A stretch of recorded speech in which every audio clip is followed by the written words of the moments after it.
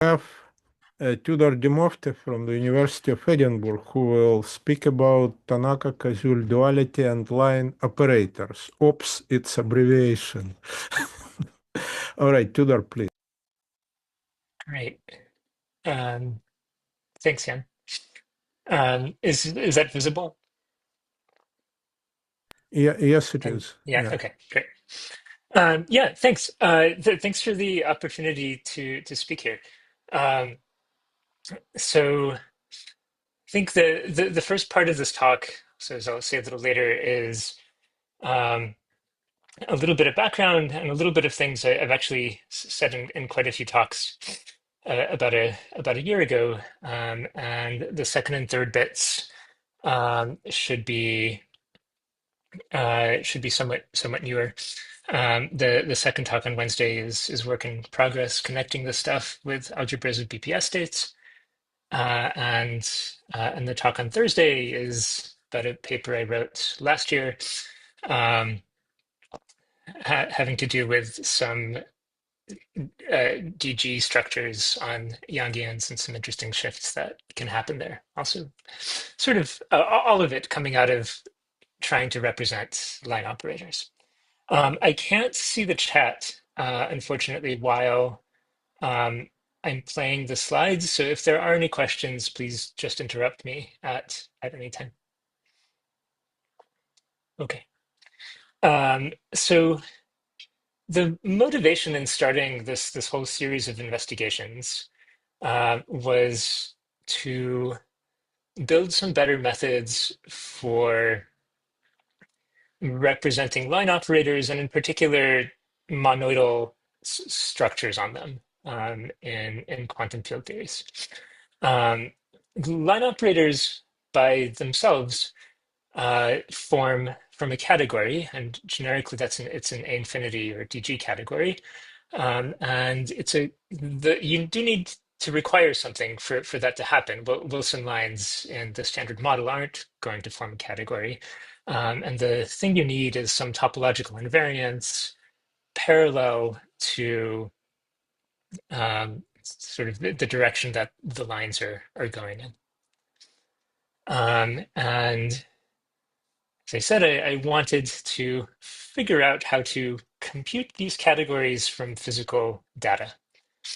Um, and the sort of one of the mathematical answers for how to compute a category is to find an algebra that represents it. And so the question was how to do that in some concrete physical terms.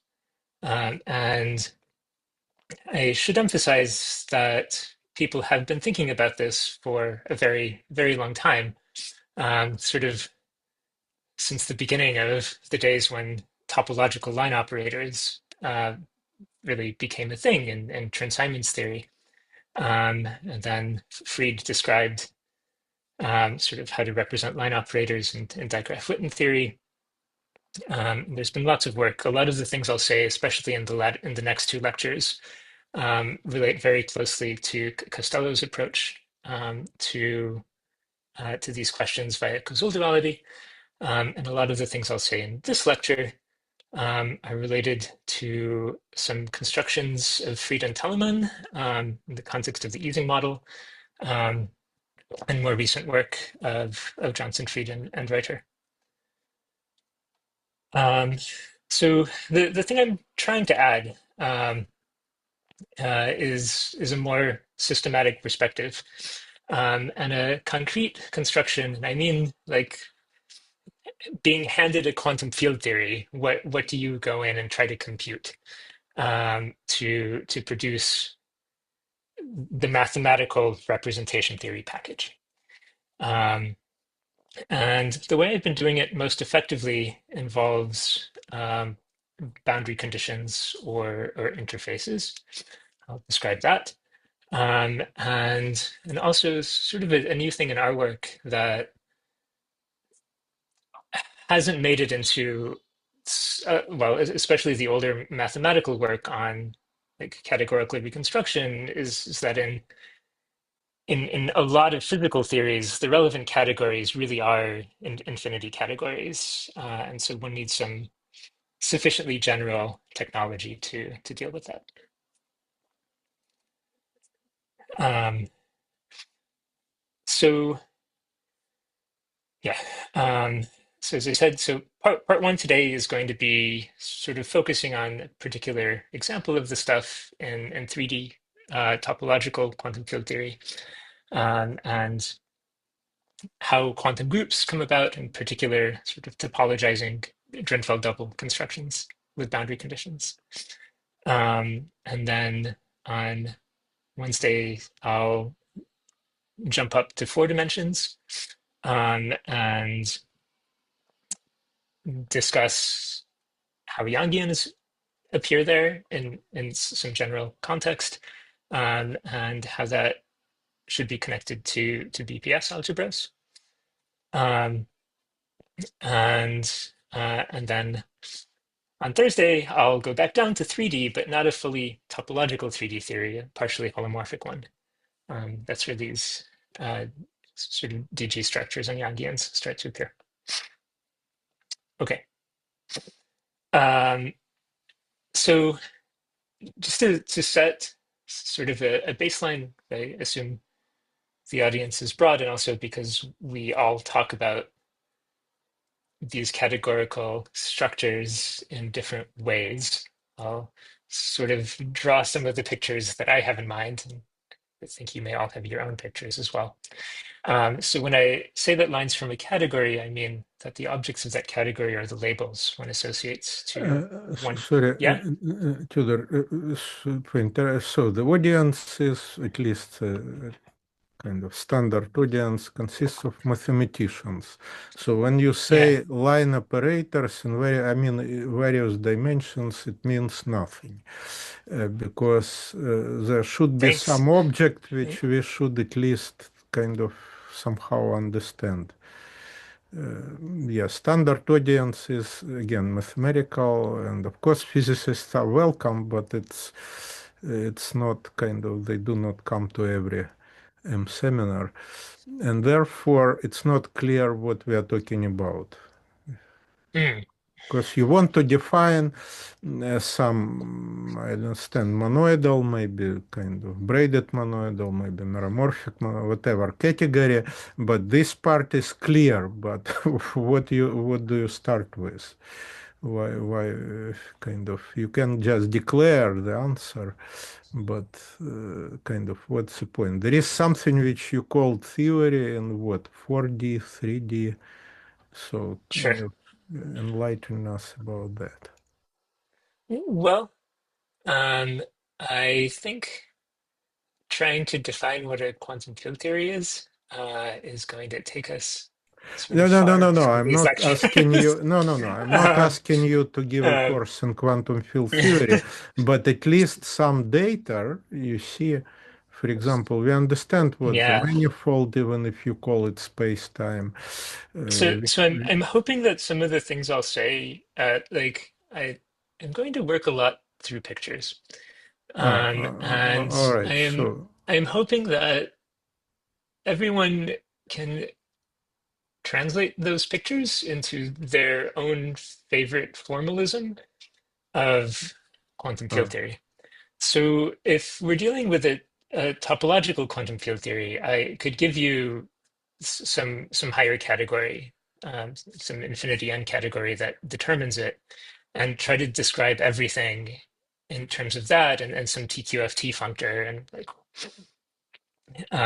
what the functor assigns to various low but, dimensional manifolds. So I could do that, yeah, no, no, no. and Maybe. I'm happy to fill it in No, no. When you say whenever. line operators form a category, line operators, what? It should be some theory besides of line operators, probably there are local operators, Yeah. and so that's at Exactly. least something. Or it's just black boxes So which we no, no, should no, no. accept. So there. So I can say a bit about that. Again, it's going to be slightly physicsy language. So what I mean is um, an operator or an observable in a quantum field theory that is extended along a one-dimensional submanifold. it's support. So if we have a theory of some fields, this is a function of the fields that only depends on their values in a neighborhood of a one-dimensional submanifold. And this function is defined locally along that one dimension in a way that's invariant locally under translations along that one dimension. And so I give the function some label, and I'm calling it L in this slide. And that label holds for some infinitesimal line interval and can be translated along, except at some point where it might change. And if the So is label it an changes, infinite line, or it can have boundary? it can have boundary, but if it has boundary, you need to specify what happens there. So Okay. the definition is entirely local. It's for Hmm. an infinitesimal open segment. Okay. Um, and that extends to some open interval of line. And in the picture I've sort of drawn here, there are two open intervals of line, and they're being connected by something at a common boundary. And the things that go at the common boundary, they're local operators, and there's a vector space of such things. Everything in this world is linear. Um, and so the set of things at the junction form a vector space, and that defines the morphism space in the category. So the And labels of the operators are the objects, and the things at the junctions are the morphisms. it can be complexes as well. Yeah. So everything will be derived. Yeah, absolutely. And that comes at least from how a lot of us think about quantum field theory, um, which is if you actually go and try to define it, you're often forced into some cohomological sort of formulation, no matter what you try to do. And so sometimes that cohomology may be trivial, and that's what happens in Chern-Simons, but a lot of the time it's not. They're non-trivial differentials flying around. Um, and sorry, and like in field theory, the reason there are differentials is because the equations of motion are getting imposed in cohomology, but not exactly. And this is, for example, what happens in BRST. Um, I sort of have that in mind. The other scenario where that happens is in topological twists, which is really the same thing if you think broadly enough. So And this line is positioned in some vector space, perhaps, and the dimension of this vector space varies from the dimension. It's a yeah, dimension so what of I the mean by theory. various dimensions Yeah. is the ambient dimension of the space-time manifold. Okay. But everything is going to be local here, and so I can just take that manifold to be a Euclidean vector space. Yeah, thanks. Um, so sort of a trivial example of this is when there is no ambient dimension, when your entire universe is one dimensional, and then all you have is these lines, and that's exactly the same thing as asking for all one-dimensional topological quantum field theories. And so the label in this case is just a vector space. And the morphisms are linear maps between vector spaces. And if you're working in a DG world, these are DG vector spaces and chain maps. In higher dimensions, one generalizes that idea. Um, so, scenario that is maybe familiar from a few decades ago and studies of homological mirror symmetry and that um, are lines at the boundary of a two-dimensional topological quantum field theory. So the lines are like all the labels of possible boundary conditions, and they form Not a vector space, because you can't, there's no canonical way to extract a vector space from this, but they have a very similar structure in that the morphisms are still vector spaces. Um, and that produces A infinity categories. Okay. Um, if we go up in dimension in a two-dimensional, in the bulk of a two-dimensional quantum field theory, um,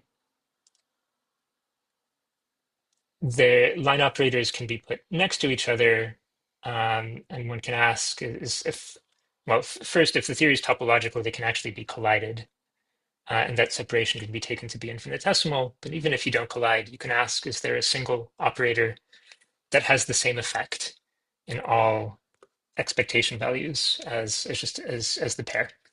And that defines a monoidal structure. In purely in two dimensions, the monoidal structure is special. It's non-degenerate in the sense that the Drinfeld center is trivial. And so there's sort of a hierarchy here. If I start in 1D, I get vector spaces. Those are very, well, I get the category of vector spaces. That's a very special example of a category. If I want more general things, I have to move to the boundary of a 2D theory. And when you For say center, you mean the endomorphism of the identity object in the monoidal category, or what? I mean the endomorphisms of the trivial endofunctor. Yes. Yeah. Okay. Yep. So if you want something where you allow arbitrary center, the scenario where categories like that arise is not purely in 2D, but on a 2D boundary of a 3D theory. And then the center is lines sitting in the bulk of that 3D theory. This sort of goes up and up and up. I'll do one more. So now line operators in the bulk of a 3D theory can be moved around each other if the 3D theory is topological. And that defines a braiding on the tensor product. What is a Muger center? First time I see it. Oh, it's a higher center, which just means that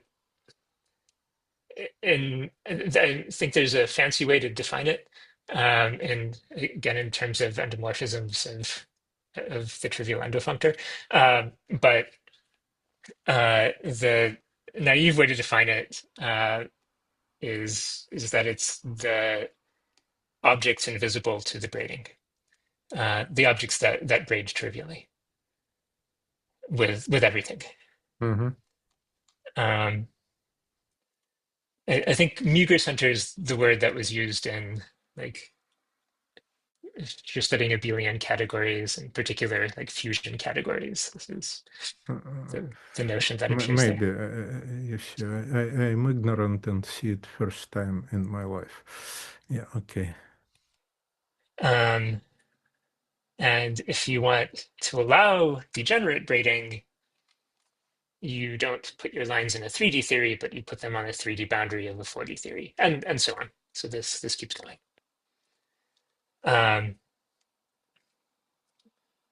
Great.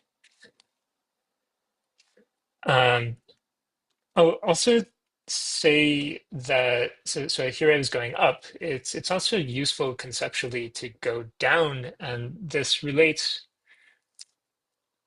to how a lot of people describe line operators in functorial TQFT. So suppose you only care about, going to simplify this. Suppose you only care about lines as a category and they don't care about the product and other things. To just access that category, we can compactify on the topological link of a copy of R in the ambient vector space. And here's an example. So if we have lines in 3D, the link of the line is a circle. So by link, I mean remove the line and take the boundary of the manifold with the line removed. And here it's really a circle times R, but I'm not considering the translation here. And compactifying on that circle produces some effective two-dimensional quantum field theory that's essentially has fields that are valued in the loop space of whatever the target was in 3D. And our lines in the bulk of 3D become lines on the boundary of this 2D theory. But this is just a rewriting. Nothing has fundamentally changed. It gives us an identification of lines in 3D as boundary conditions for the 2D theory reduced on a circle. And in functorial formalism, what you would say in a 3D TQFT is that line operators are Z of S1. It's the link that appears when defining it. Okay. Sorry. Any further questions? So when you say compactify, you simply consider fields which are constant alone. No, I don't. Sorry, compactify might have been the wrong word, and there's confusing lingo here. I really mean rewrite. So in an example, like in a 3D theory, fields are, say, maps from space-time to some manifold X. And I am in the equivalent 2D formulation, the fields are mapped to the loop space of X. I'm literally rewriting the space of fields to make it look like there's an effective two-dimensional theory. So sometimes, depending on what your equations of motion are, the equations of motion might impose some constancy, but they don't have to. But is it a kind of a universal way to get this theory T of S1 from a 3D theory and the line? Is it? Yes. It doesn't Well, have to be the space of maps. It should be something intrinsic. Yeah. yes, but then you need to start choosing a formalism to like really talk precisely about TQFT. The reason I'm not doing that is because there are many, and like if you're from a certain school of math, like you use this functorial formalism, but then you really need to define all your categories and all your functors, and that sort of defeats the point for me. Is often what I'm starting with is like some Lagrangian or some other, for non-Lagrangian theories, there's some other definition of what's going on and how to compute correlation functions. Yes. And I want a construction that sort of applies in both cases. Okay. So And with a intrinsic Lagrangian, I know how definitions, to it's reduce on a tough. circle. All right. Okay. Go Yeah. ahead. Yeah.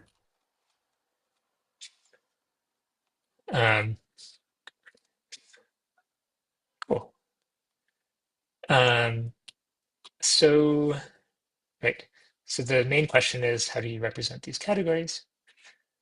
And unsurprisingly, maybe this is not what I should be telling you, but what you should be telling me, is you find a functor to vector spaces. Or if you can't do that, find a functor to some simpler category. And so in a very sketchy way, and I think experts will know how to correct this, given a functor to vector spaces, one can take natural transformations from that functor to itself. That if the category is very big, that can be the entire algebra of natural transformations can be difficult to construct, but let's suppose we can do it.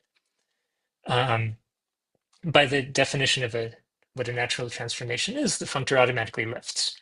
It gives the vector spaces on the right-hand side the structure of A modules. And if the original thing was sufficiently faithful, there are conditions to put on that, then the lifted functor will become an equivalence. Um, Another really nice alternative way to think about this is using Barbeck. So um, rather than computing endomorphisms of F directly, you can find an adjunction, and then A is the monad associated to that adjunction. And then, but it all sort of fits together. That's a way to compute A. Cool. Let me now try to translate just that to pictures. So vector spaces, as I said before, are lines in a 1D quantum field theory.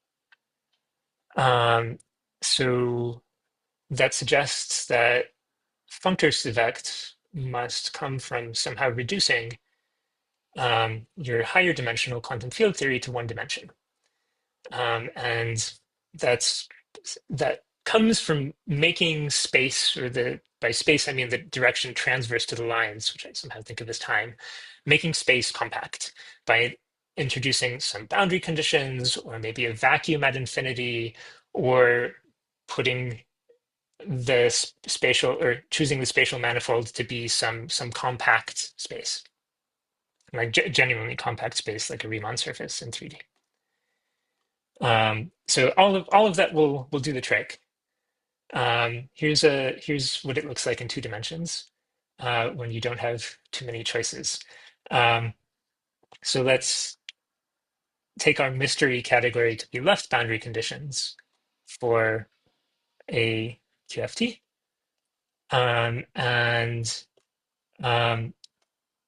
produce a functor direct by choosing a right boundary condition, little b, and sending every left boundary to the one-dimensional field theory on a strip between the left and right. So that's literally the vector space is the space of states on an interval with L and B at the 2 ends. In this case, the endomorphism algebra becomes local operators on B.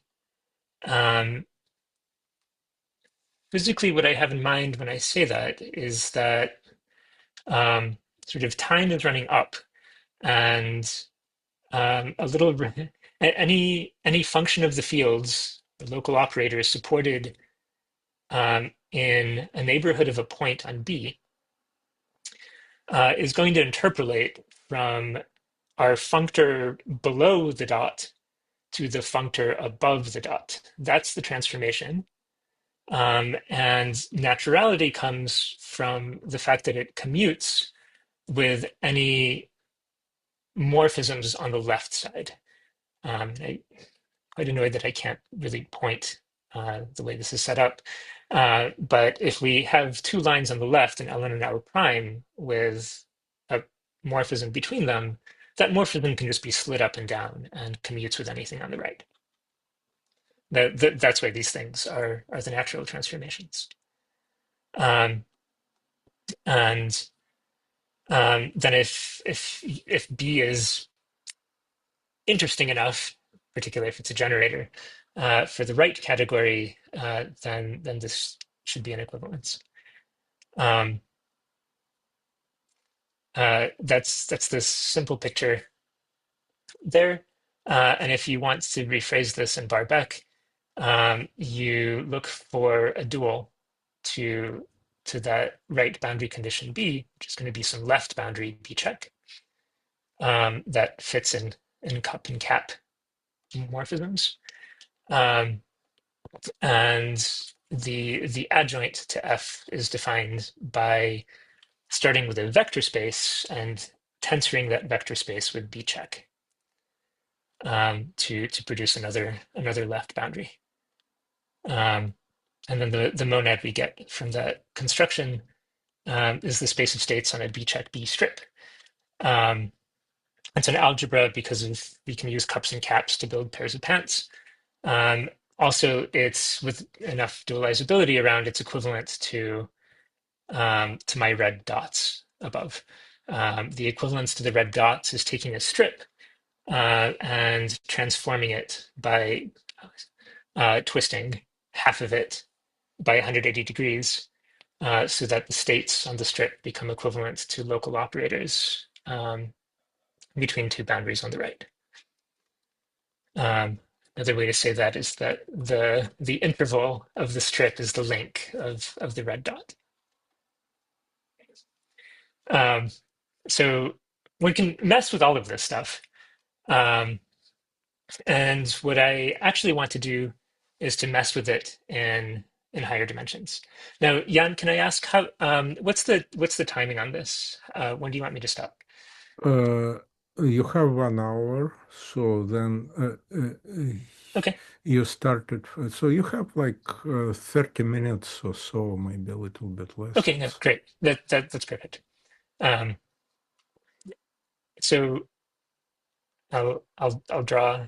I'll say some things and I'll draw some pictures, and I probably won't go into examples in detail, but I'll say what sort of examples there are. Um, okay, so if we're in higher dimensions and have a monoidal structure, um, then the best case scenario is that we can find a functor that respects that monoidal structure. And so by classic results, if the functor Dirac preserves a tensor product, one can reconstruct a coproduct on the algebra. And if the functor preserves duals and the category has enough duals, one can construct an antipode. And if there's a braiding, one can construct an R matrix in the algebra, possibly some completion thereof. And the reconstructions of these things in the algebra are all such that the lifted functor to A mod becomes an equivalence of tensor categories and tensor categories with duals and braided tensor categories and so on. So again, that's sort of like Tannaka duality is, I feel like, where a lot of this started, and then that for like braided tensor categories, it was, I guess, work of Drinfeld and many others around the 90s. And the Fs in this case are typically called fiber functors when they preserve additional structure. So for the rest of this, I want to talk about how fiber functors come about in 3D. So this is based on a paper I wrote with Wenjun New, and a much more mathematically sophisticated version of this is in the recent paper by Johnson, Fried, and Reuter.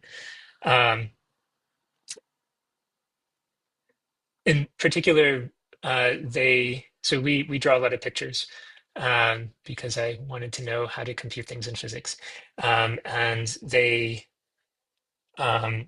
started out drawing a lot of pictures and eventually turned everything to algebra and use monadic reconstruction and most of that. I think we talk about braided structures, and I don't think they do, but I would take these sort of as a package depending on what perspective you want.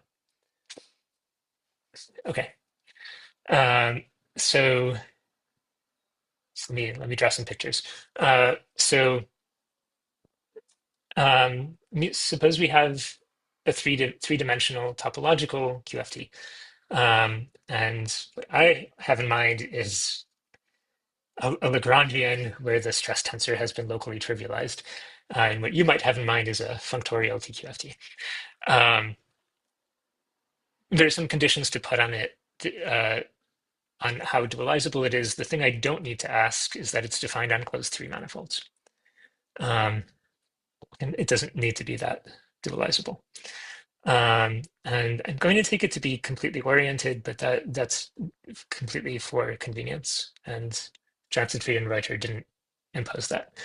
This is going to give me antipodes that square to the identity, and if you don't have an oriented theory and it's framed instead, you'll get generic antipodes. So the game is going to be the following. I'll build fiber functors from two boundary conditions. And explain on the next slide why I need two of them. These two boundary conditions are called DNN because DNN stand for Dirichlet-Neumann, but that it doesn't actually need to be Dirichlet-Neumann in an actual example. It's called DNN. They need to satisfy a little bit of dualizability. And the really important conditions, probably the most important one is that they're transverse. That's why I called them DNN. So what transverse means is that when putting the 3D theory on a sandwich between DNN, you end up with a trivial theory. And that equivalence to the trivial theory is actually implemented by some interface. That's the blue line labeled K here. So how we should think about trivial theory? What does it mean? It's in the so if you're working functorially, there's a three category with some properties of 3D TQFTs. It's a symmetric monodal category, and the trivial theory is the unit in that symmetric monodal 3 category. But physically, if you think in terms of Lagrangians, what does it mean? The only local operator is the identity there, and all state spaces are one-dimensional. There are no fields. And so there's no fields, and the action is zero. Is it a restriction on the boundary conditions, or you can always construct? Yes. It's okay. Oh, sorry. You cannot always construct boundaries to the trivial theory. And so Chern-Simons is a famous example, which I'll get to maybe at the end. Hopefully. Yeah, okay, good. So it absolutely is a restriction that topological boundaries to the trivial theory exist. Okay. They're in this 3 category. They're morphisms to the identity, and not all 3D TQFTs have a morphism to the identity. Thanks.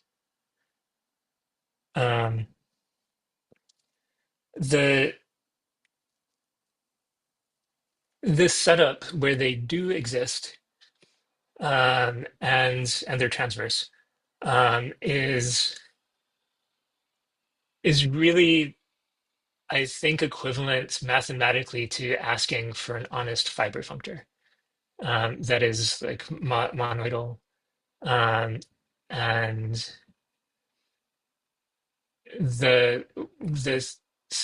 what it ends up leading to is a representation of the braided tensor category of lines in the bulk by not just a quasi-triangular Hopf algebra, but one that appears as a Drinfeld center of something. And so what I will show you in pictures is sort of the topology, or one maybe recent version of the, I think recent, of the topology of Drinfeld centers. Or Drinfeld double constructions, sorry. The other condition I want to impose on this, this is to get my functors to be equivalents, is what I'm calling a completeness condition, and I think that's going to be even worse to describe. So what completeness guarantees is that the boundary conditions N and D are generators of the 2 category of all boundary conditions. What I have in mind for completeness is that N and D can be glued to each other back to back, and that gluing again takes different forms depending on what picture you have in mind. It's either in field theory, I'm thinking of adding an interaction to the Lagrangian that involves fields on the 2 sides that couples them together. It's some deformation of the tensor product of these 2 objects. Infinitesimally in infinity categories, that can be described in terms of a two-more Cartan element, deforms an object inside a two category. Also, people also talk about condensation or gauging. All of these are sort of reflections of the same idea. But one needs to somehow be able to glue back together. And I'll point out that transversality and completeness sort of look the same. They're like putting N and D next to each other, but they're not symmetric. On one hand, making a sandwich of my theory T gives me something trivial. On the other hand, putting them back to back requires a non-trivial deformation to glue. What's the role of this completeness? I understand transversality, but Yeah, so completeness is going, well, it's a condition that can, the reason I'm phrasing it this way is that it can actually be verified in a Lagrangian field theory. You can like look for the correct deformation. Or in some categorical formalism, you can look for the condensation or the deformation that accomplishes this, and check whether it exists. What it guarantees when you have a complete set is that lifted fiber functors become equivalences. Without this, you'll get maps from categories of lines to representations of some Hopf algebra, but the functor won't necessarily be an equivalence. It's a faithfulness condition. Yeah, okay.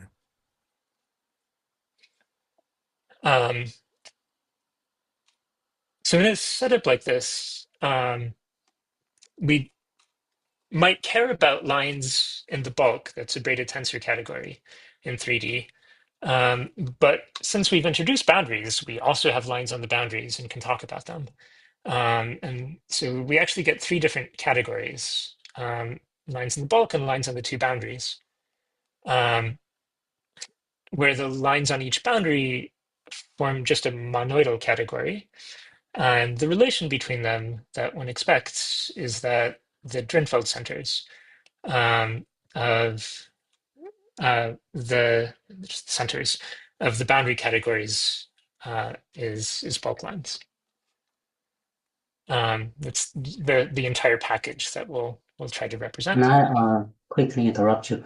So in Please. this boundary case, the CD and the CN, so can I understand that it's in the 2D QFT? Exactly. Yeah. Okay. Yeah, exactly. And so they have a monoidal structure from collision in two dimensions, in one transverse dimension. Okay, thank you. Yes.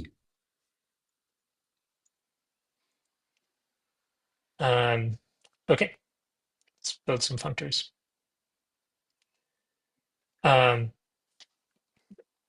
Maybe the one we care about most is the fiber functor for bulk lines for that braided tensor category.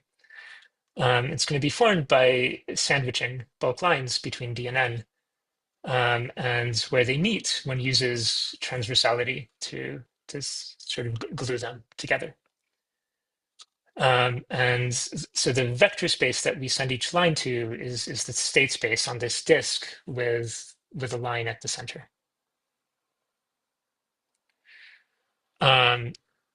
Transversality here implies that the functor is monoidal, and that's why I needed it. If we have two lines in this disk, we can separate a single disk into two disks. And there's a pair of pants, sort of a filled pair of pants morphism that does that. And we can sort of think of karate chopping in between the lines. And when you do that and the boundaries meet, they cancel. And that cancellation is the functor preserving the monoidal structure.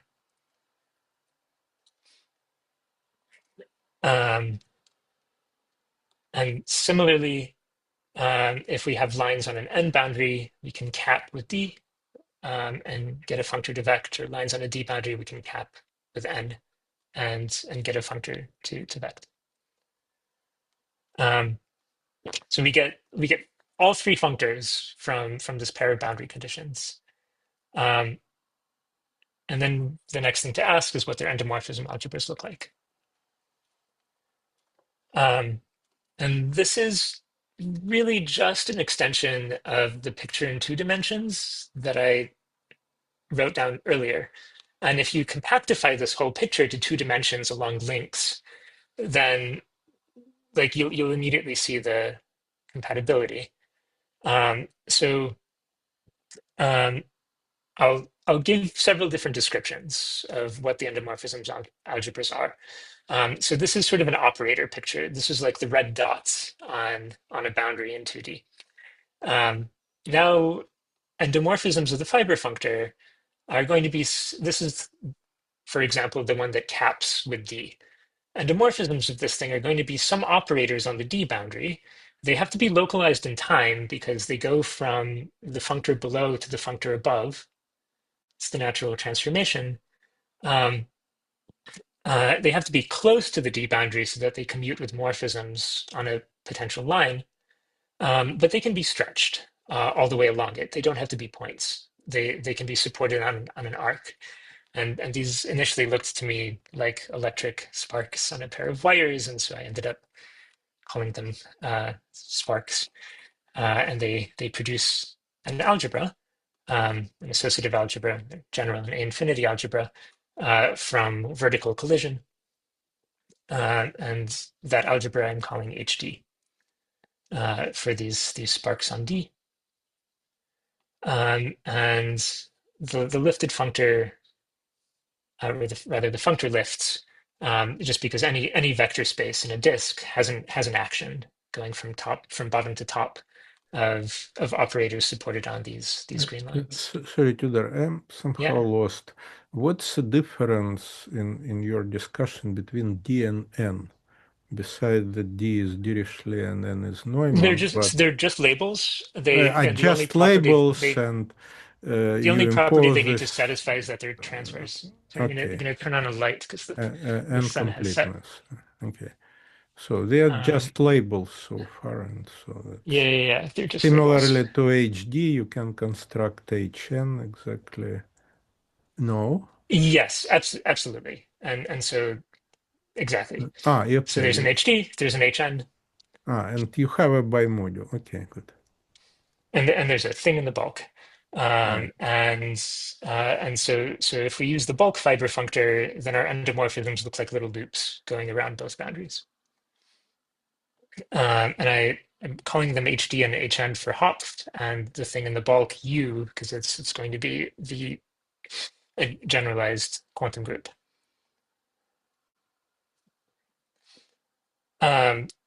If we want to know what the underlying vector spaces are of these algebras, we can use a state operator correspondence, which in 2 dimensions was taking little red dots on a boundary and relating them to a state space on a strip.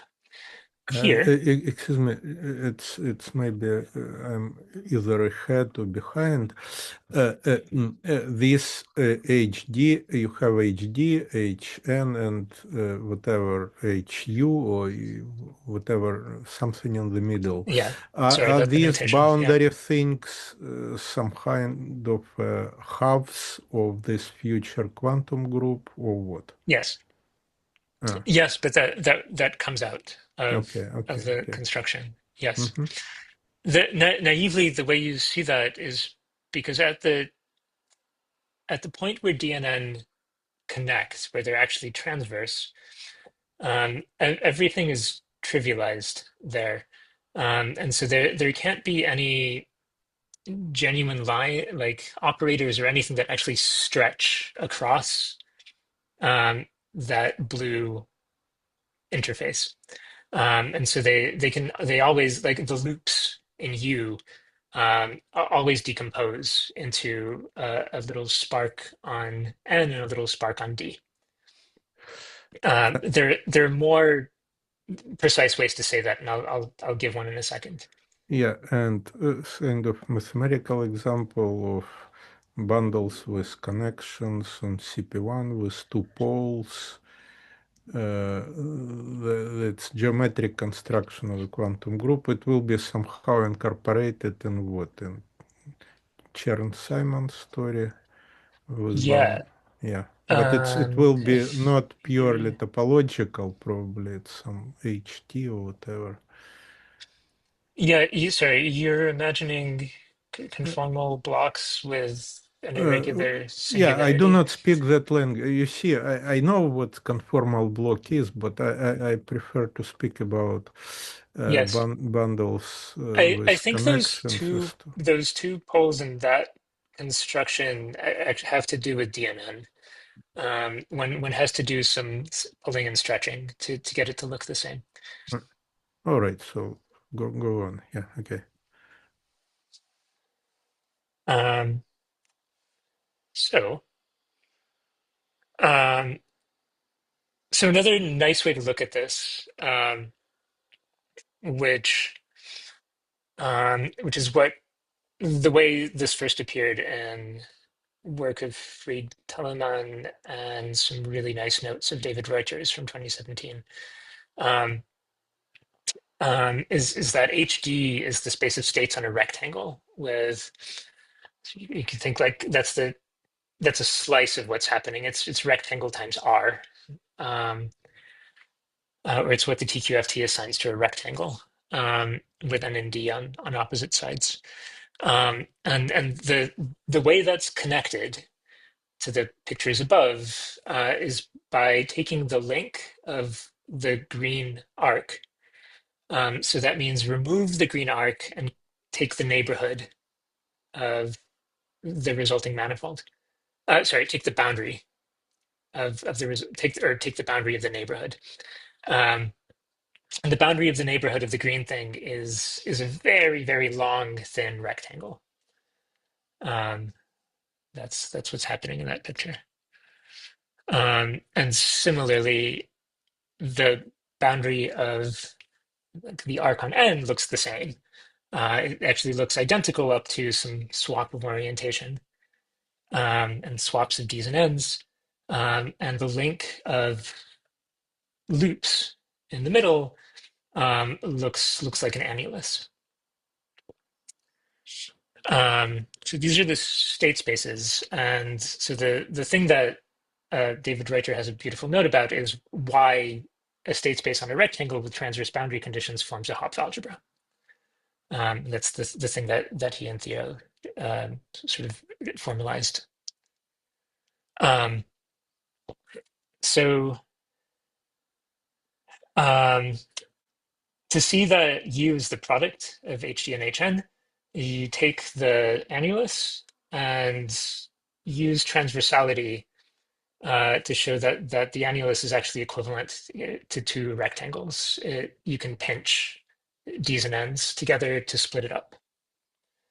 That's the isomorphism as vector spaces. And since the two rectangles are equivalent up to a change of orientation, HG and HN have to be dual. There's a non-degenerate pairing, and you have to think a bit about why it's non-degenerate. But the maybe not the duality between HG and HN is sort of the same as the existence of this pairing. And the pairing has a beautiful topological description as inserting these spark operators on two halves of the boundary of a solid ball, with N on the northern hemisphere and D on the southern hemisphere. And that's, I'm not sure I'm going to get to it, but that is related to Hopf lengths in 3D. So like literally the Hopf pairing is related to the Hopf link in this case.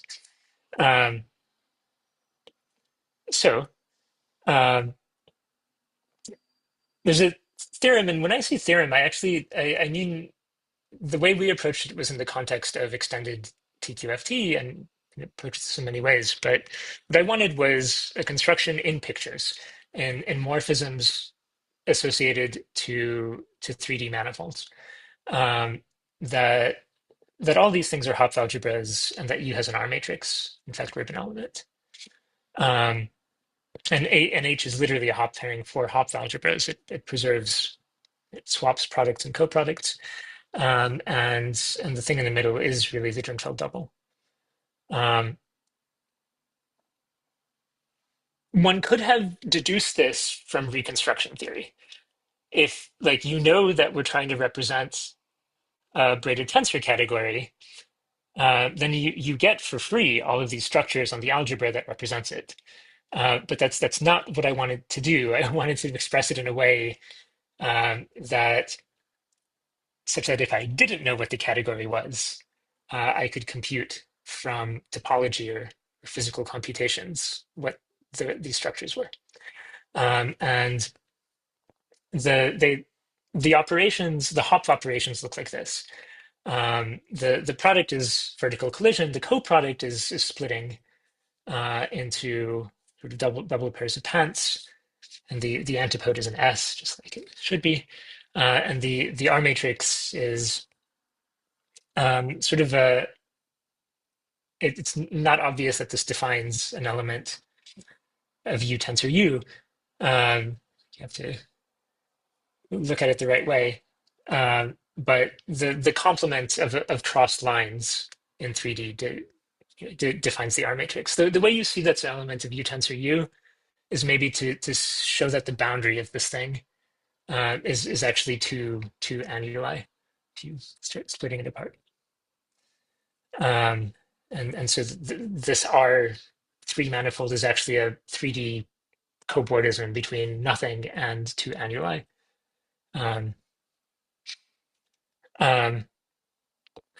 Okay, so and then you have to show that these things satisfy standard axioms, and that's topological manipulations and transversality. Okay, so that's where I hope to get to in the first half of the talk. Yeah, but so Yeah, it's okay. Yeah, so you wanted to be it's one half, but in fact it's Yeah, almost yeah, but hopefully, I don't know. Hopefully the questions and answers helped a little bit, and I'd rather give a yeah, slow sure, talk sure. that at least you understand Yeah, but than a fast talk that no one understands. Yeah, but kind of, you see, maybe a little bit philosophically, you see, in the early days of quantum groups, so they also manipulated with links, to represent different, R matrix and Yeah, monoidal absolutely. structure, that blah, blah, blah. But so then you can think of those early days that they started with a topology, kind of reversing the logic, and reproduced these braided monoidal categories, which are in the end representations of quantum groups. So, of course, you have some physics And behind what. I guess the mathematical upshot of this Yeah. is that um, a lot of the stuff with links and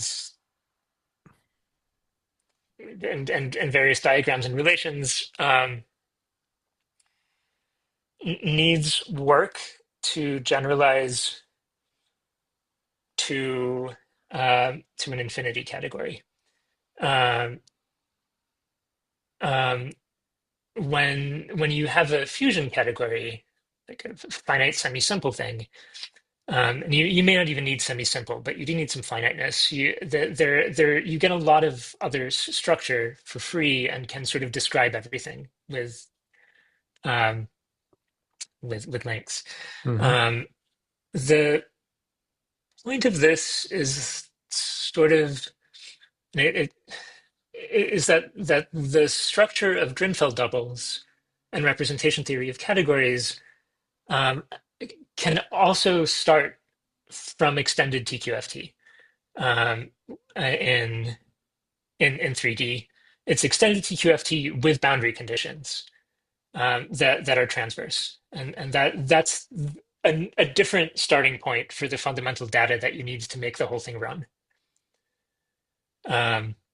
And you can, if I understand correctly, you can go beyond TQFT because you said something about holomorphically Yes, and topological. I will do that, but I will do that less rigorously because I don't know amazing definitions Yeah, because you mathematically of see so far, holomorphic. except of the words related to physics, it indeed was all about the pictures and Yeah, algebra and categorical arising from those pictures. So it's kind of the way to encode some structure. Yeah, yeah, absolutely. Yeah. which you called Tannaka Um, and QFT, but in fact it's pure mathematical in the end. yes, but it's pure mathematical because we have good definitions of extended three-dimensional TQFT. Yeah. Yeah, totally. Okay. And which is sort of a modern thing, like really extending things to a point, and Yes, absolutely. And that's why you um, need higher categories and then eventually probably infinity categories. Yeah. yes. Okay. Anyway, but otherwise, I think the upshot is that like you follow your nose, and all the things you want to be true are true. Including like I've drawn some pictures here of the standard sort of Drinfeld relations in the double and what the R matrix is. And the reason the R matrix is the inverse of the Hopf pairing is because this cobordism that represents the R matrix can just be glued from two tubes with the insertion of some sparks. And And that the then things you need to insert you'll are, explain that not only finite dimensional quantum groups like in early days can be yes, reconstructed, but also Yangians, quantum affine, probably this. yes, yes. Okay, yeah. Yeah, Okay. it's exactly So, good. well, so there are sides about finiteness. So in this 3D case, I'll say something quickly if you actually care. I was going to skip these slides entirely, but I will say like the whole setup is fine in infinite dimensions. Um, there are some Well, constraints on pairing, it's a bit, you know, it's yeah. always, yeah, So the sort of duality you get. yeah. Well, so first you get a continuous non-degenerate pairing, but you need to treat everything as a topological vector space, which is not surprising. Yeah, you see Um, now the modern trend is to ask what kind, because, you know, this condensed mathematics, it can be kind of yes, fresh air or but whatever. I understand enough to go through the examples that I cared about, Yeah, which yeah, certainly yeah. had infinite algebras around. And I think I'm maybe, aside from the bits I learned during this project, I'm maybe the wrong person Yeah. to tell you Some what kind of infinite everything. Yeah, dimensional vector space. Okay, good. yeah. Okay. All right. Anyways, but there's we have infinite things in this sort of formalism. Finite versus infinite is controlled by dualizability of the thing that makes DNN transverse. If that little interface between DNN is dualizable, then everything will be finite, and if it's not quite, then it won't be. It's the upshot. Okay. Um, Mm. great. Now we should decide what to do next because still, if Yeah. 122 slides, So here, it's I have a summary slide. I'm sorry, I already told you that completeness leads to faithfulness. I'm not going to go through that. Um, and I'll give a oh, summary it's slide. very Uh, interesting thing. So no, but will you talk about something on the remaining slides later, or you plan to I explain? wasn't planning to at all, Oh, but I it's probably pity. should. No, So the remaining slides, I will tell you what they have, are examples, and connecting with things like the Kashtan-Lustig correspondence and um, some very quick comments about connecting with vertex algebras. yeah, but Um, that's things which people can understand in this audience. So then it will be interesting to see how they arise from what you said. yeah, I mean, you're welcome to take an audience poll if they I'm happy to start with some examples All next time. right. Yeah, so the audience can email me or directly to you. If you what want they- if you want to hear more, like I mean, I should sorry, I'm going to flash through some things quickly. So the sort of examples we're talking about are Wierzbowski-Witten theories, and the ones that this works really well for are the ones where the target is a cotangent stack, and that like it's maybe linear cotangent stack. So the target needs to be T star of a vector space mod G. And then this setup works perfectly, and you can do everything. I can go through that. And then there's a Chern-Simons example, and I'll just get to that quickly. Go too quickly because they're animations. Okay.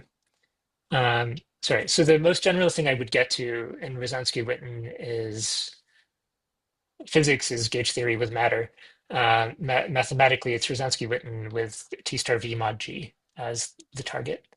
That has a category of matrix factorizations as line operators, and that is beautifully represented as modules for some infinite dimensional quasi-triangular Hopf algebra. So that was the nicest simple example. In Chern-Simons, you can't play this game quite the same way because Chern-Simons doesn't have boundary conditions. You can, however, produce interfaces to a You free mean theory. topological boundary conditions? Yeah. Yeah, of course you can represent with a holomorphic boundary, but that's just saying that lines in Chern-Simons are modules for WZW. That holomorphic boundary is giving you a different sort of fiber functor, but it's not a monoidal functor. It's a different functor to vect. If you want Hopf algebras and not vertex algebras, then you need something topological. And the best thing you can do is, I will say a little bit about this and stop. The best thing you can do is interfaces to a free theory, which for Chern-Simons is the theory for the Cartan. And that's good enough. The whole picture just gets modified and maybe in ways that are obvious if you're mathematically general enough. So you don't get Hopf algebras, but Hopf algebra objects in the category for the Cartan. And so the whole thing recreates stuff that is very well known, but it's giving some extra physics and topology to it. So the interfaces in Chern-Simons are labeled, a good choice of them is labeled by upper and lower nilpotents. And one gets the enveloping algebras of the upper lower nilpotents as the Hopf algebra objects in the quantum It's Cartan. a way to represent when you quantize quantum group as a Drinfeld double of 1/2. Yeah. Yeah, exactly. So exactly, and so that was Drinfeld's construction, where you quotient out by an extra copy of the Cartan, or if you do it directly this way, there's a formulation by Majid that he called double bosonization, which is exactly this. You're working inside the braided tensor category for the quantum Cartan and take a relative double there, and that reconstructs UQG. So that's maybe a nice thing to have in mind. Yeah. All right, I'll stop with that example. Yeah. Well, thank you very much. So unfortunately, we are kind of a little bit over the time. So uh, uh, uh, be ready to ask your questions next time. And if you want to hear something which Tudor did not explain today, but which is on the slide, so please email me or whoever. All right, thank you very much. So very, very exciting. I